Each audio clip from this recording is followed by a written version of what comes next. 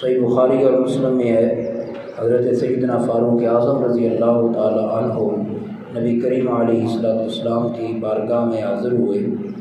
حضرت عمر نے دیکھا کہ حضور ایک بوریے پر آرام فرما رہے ہیں، بوری کی بنی ہوئی چیز ہے اس پر آرام فرما رہے ہیں، اور سرکار کے سر اقدس کے نیچے چمڑے کا تکیہ پڑا ہوا ہے، اور اس چمڑے کے تکیے کے اندر ناریل کے ریشے سے بھرے ہوئے چیزیں جو تھیں وہ تیار تھیں۔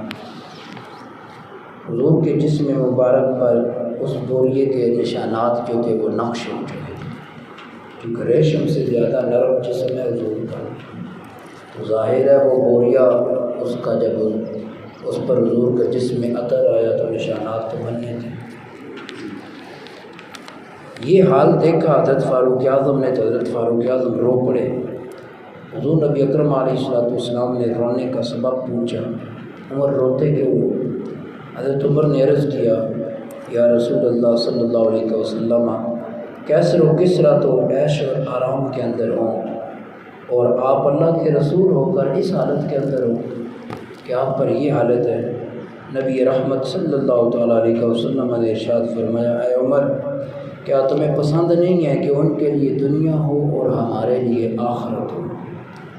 یعنی اگر دنیا میں ہم یہ مشکلات اور تکالیف برداشت کر رہے ہیں تو اللہ ہمیں اس میں ہماری آخرت کو بہتر بنا دے گا۔ اب یہ تو امت کو تعلیم دینے کے لیے تھا، ورنہ آخرت تو رسول کریم علیہ السلام کے لیے نہیں ہے تو پھر اور کس کے؟